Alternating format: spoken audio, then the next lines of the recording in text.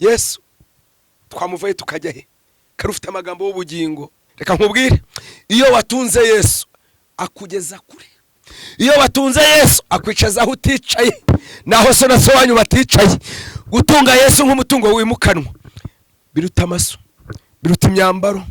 Ayiwe, gutunga Yesu nk'umutungo wimukanwa, haleluya. Ushobora kuva hano ukagenda nta kintu ufite, ariko aho ukeze ukakirwa nk'umwami kubera imbuto z'umwuka, kubera Yesu kurimo. Iyo watunze Yesu mu rugo rwawe ntacyo ukena. Iyo watunze Yesu mu bana bawe ntacyo bakena. Umutungo ukomeye kurusha yindi ni ugutunga Yesu.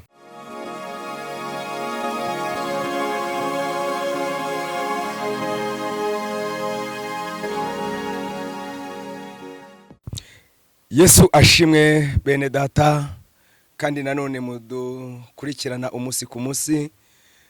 Nanone ndabaramukije mu izina ry'umwami wacu Yesu Kristo. Amahoro y'Imana bane natwe.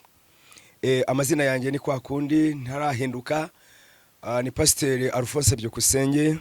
Imana y'amahoro ibaho umugisha.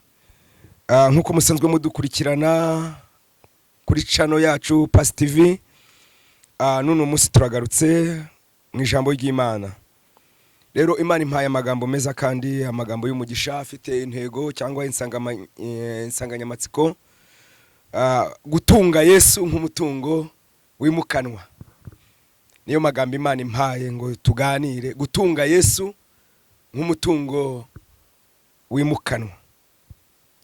Kenshi abatunzi tubarebera mu bintu bigaragara, tubarebera mu bintu biboneshwa n'amaso, ariko ndashaka nkubwira umutungo mwiza, ndashaka nkubwira umutungo udahomba. Mbonye umuntu agira imitungo ariko igatezwa cyamunara, amazi agatezwa cyamunara, imodoka zigatezwa cyamunara cyangwa zikagwa. Iyo ni imitungo. Murashobora kugira konte nyinshi ariko ejo bundi ukabona yarasufiye nk'abandi. Rero nkuzana ijambo rivuga gutunga Yesu nk'umutungo wimukanwa. Mani tuganze, Mani tugirire neza. Narababwiye ngo nzajya nza Imana yampaye icyo kuvuga. Rero aya ni amagambo meza kandi akomeye Imana impaye, gutunga Yesu nk'umutungo wimukanwa. Ibintu byose birahomba, ariko ndashaka mbabwire umutungo udahomba ni ugutunga Yesu. Reka tubanze dushome ijambo ry'Imana. Turasoma mu butumwa bwiza bwa Luka ibice 19 ku murongo wa 29. Bibiliya iravuze ngo ageze bugufi bw'i Betifage ni Betania ku musozi witwa Elayono, atuma babiri bo mu bigishwa be ati mujye mu kirorero kiri imbere yanyu, nimwinjiramo muri bubone icyana cy'indogobe kiziritse kitigeze guheka umuntu, nuko mukiziture mukizane. Kandi nihagira umuntu ubabaza ati murakiziturira iki, mumubwire mucya muti databuja niwe ukidutumye. Izo ntumwa ziragenda zibisanga nk'uko yazibwiye. Bakizitura icyana cy'indogobe, ba nyiracyo barababaza bati murakiziturira iki? Barasubiza bati databuja niwe ugishaka. Bakizanira Yesu, bagiteguraho imyenda yabo, bakicazaho Yesu. Akigenda basasa imyenda yabo mu nzira, yenda kugera bugufi mu ibanga ry'umusozi wa Elayone. Iteraniro rinini ry'abigishwa be bose batangira kunezerwa no guhimbarisha Imana ijwi rirenga kubw'ibitangaza babonye byose, bati ahirwa umwami uje mu izina ry'Uwiteka, amahoro abe mu ijuru n'icyubahiro kibe ahasumba hose. Mwakire neza ijambo ry'Imana. Natangiye mbabwira ngo gutunga Yesu nk'umutungo wimukanwa nibwo butunzi bwonyine, kuko iby'isi birashira. Imana ishimwe, iby'isi birashira. Mpamvu ndimo mbibabwira, nabonye umuntu wakize akena. Kabiri, nabonye n'uwakenye akira. Rero haleluya, iyi si ibyiduha byose ni inyongera, kuko nasomye ijambo rirambwira ngo tubanze dushaka ubwami bw'Imana no gukiranuka, ibindi nabyo ni inyongezo. Izina ry'Imana rihimbazwe. Narindimo mbabwira ngo nabonye abantu batunga bagatunganirwa ariko bikarangira, ariko ndashaka mbabwire cyangwa mbakumbuze gutunga Yesu. Ni umugabo w'ibigango. Kumutunga ntabwo rogereta, gutunga Yesu ntabwo wicuza. Izina ry'Imana rihimbazwe. Bibiliya itubwiye Yesu ngo agenda ahetswe n'icyana cy'indogobe, ngo bageze bugufi bw'i Betifage ni Betaniya hafi ya Elayona. Bibiliya iravuga ngo afata babiri arababwira ngo nimugende mujye mu kirorero kwa Ntuza, muri buhasanga icyana cy'indogobe mukizane. Uri bubabaze mumubwire ngo nyiracyagize gute aragishaka. Ngo baragenda bahasanga bizirikanya ari bibiri, ngo bazana icyana cy'indogobe. Nyirindogobe arababaza ngo mukijyanye, baramusubiza ngo nyiracyana kidutumye. Ngo arabareka barakijyana. Bakigejeje kuri Yesu, ngo Yesu akicaraho. Ngo akimara kukicaraho, ngo basasa imikindo, basasa imyenda, ngo bagenda bavuga ngo hahirwa uwuje mu izina rya Yesu. Reka mbavugirire ijambo. Iki cyana cy'indogobe kiziritse hariya ku muhanda cyari icyana cy'indogobe gisanzwe. Bagiteraga imigeri bakacyahirira bisanzwe, ariko Yesu amaze kukicaraho cyagize agaciro. Rero gutunga Yesu nk'umutungo wimukanwa, asifiwe Yesu. Iyo wakiriye Kristo aguhindurira izina, ikintu cya mbere Yesu abanza gukora mu buzima bwawe, iyo wamwakiriye aguhindurira izina. Hari igihe tubahamagara ngo muze tubasengere, nibyo ni byiza, ndetse rimwe na rimwe n'amavuta arahari tukayabasiga. Kuba yemera tukabasiga amavuta, ariko ndashaka mbabwire tukababatiza mu mazi, nabyo ni byiza. Tukabakiriza Kristo nk'umwami n'umukiza, rimwe na rimwe by'igice ukamwakira utamwakiriye kubw'impamvu runaka. Ariko ndashaka nkubwire ngo nutunga Yesu, ukagirana isezerano nawe, ukagirana igihango nawe, ukanywana nawe, ikintu cya mbere akora ahindura izina ryawe. Amateka arahinduka, ubuzima burahinduka, kuko Yesu ntabwo mwabana ngo ube ugafifi. Mbonye abakozi b'Imana benshi yabahamagaye basuzuguritse, ariko kubwo kumutunga amateka arahinduka. Mbonye abakozi b'Imana benshi. Reka nkubwire, iyo watunze Yesu akugeza kure. Iyo watunze Yesu akwicaza aho uticaye, naho so na so wanyu baticaye. Gutunga Yesu nk'umutungo wimukanwa biruta amaso, biruta imyambaro. Ayiwe, gutunga Yesu nk'umutungo wimukanwa, haleluya, ushobora kuva hano ukagenda nta kintu ufite, ariko aho ugeze ukakirwa nk'umwami kubera imbuto z'umwuka, kubera Yesu kurimo. Imana idufashe cyane. Rero umutungo udahomba ni Yesu.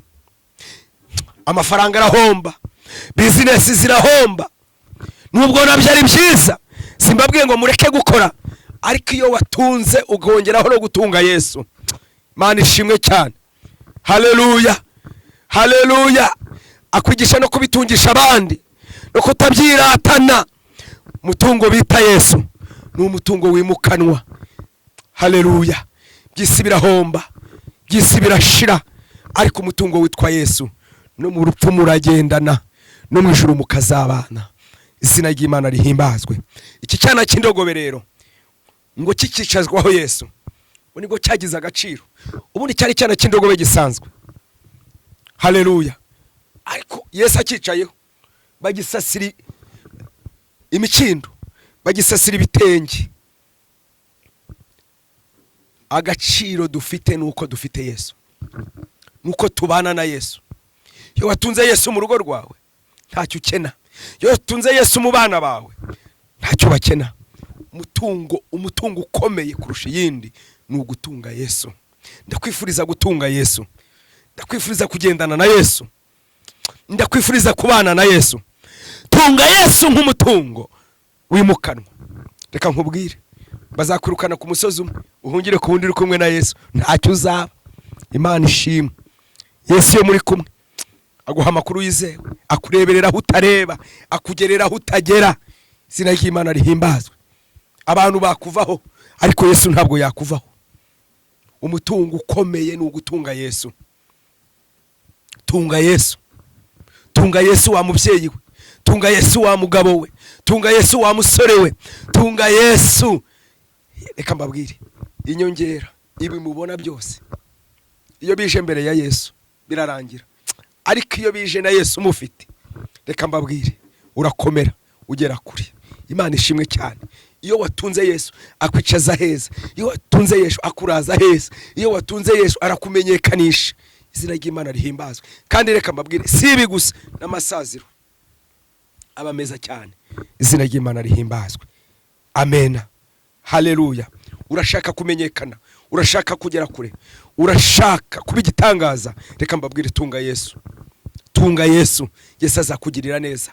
Turi abagabo bo kubihamya, si twe ba mbere, si turi n'aba kabiri. Haraho Imana yadukuye, haraho tugejeje. Tunga Yesu nk'umutungo wimukanwa. Abantu bakakuvaho ukababara, nge ntabwo nababara. Nababazwa nuko Umwuka Wera wagiye, nababazwa nuko Yesu yantaye. Aho narira nkigaragura, nkisiga ivu, nkareba ivure nka Hezekiya. Ariko ngo abantu ni abantu. Reka mbabwire, inshuti ikomeye mu buzima ni Yesu. Muragendana ntigusiga. Inshuti bita Yesu, mugabo kurwanirira, kakurwanira intambara utazi. Umugabo bita Yesu, umutunge nk'umutungo ugira gute wimukanwa. Imana idufashe cyane, azakugeza kure. Umurage sataguhaye azawuguha, ndabizi neza. We tunga Yesu. Nabonye yubaka, nabonye agarura ibyagiye, nabonye arinda uwo yasize. Yesu umutunge. Narindi ku ijambo rivuga ngo gutunga Yesu nk'umutungo wimukanwa. Imana itugirire neza. Tugiye gusenga Imana. Ese ntiwari wakira Kristo nk'umwami n'umukiza? Ese urifuza kumwakira nawe akakugirira neza, akaguha amahoro wabuze, akaguha ibyo wabuze? Wanyemereye inshuti yanjye ko natwe twari inkamwe, ko hari aho Imana yadukuye, hari aho itugejeje. Ukakira Yesu nk'umwami n'umukiza mu bugingo bwawe, hanyuma ugatunga Yesu akakugirira neza. Erega araryoshye. Reka mbabwire, kuba mu gakiza ni umunyenga. Niba ari fiye ribaho njya mbona ni ukubana na Yesu. Kubana na Yesu bintera ishema. Ni umuturanyi mwiza. Ayiwe, ndafashijwe. Yesu twamuvaye tukajya he? Karufite amagambo y'ubugingo. Imana itugirire neza. Nzagaruka nje kubaha ubuhamya bwaho Imana yankuye. Amina. Nzagaruka nje kubaha ubuhamya bwaho Imana yankuye. Imana ishimwe. Mwanya ni muto. Nababwira umugabo umwe bita Samusoni. Yavutse Imana yavuze. Aba umusore mwiza, agira imbaraga, gwiza imbaraga, akajya yica abantu igihumbu isegonda rimwe kubera imbaraga Imana yari yaramutije. Ariko ngo ahuye na Delila umusumwe, ngamunogora amaso, bamwogosha umusatsi, imbaraga zirashira. Birashoboka ko nabavugana n'umuntu wari waratunze Yesu, ariko akogoshwa umusatsi na Delila. Iki ni igihe cyo kongera cyo kuhaguruka. Kugwa ntabwo ari ikibazo, ikibazo no guheranwa n'ibyagugushije. Ariko kanguka, ariko byuka mu izina rya Yesu.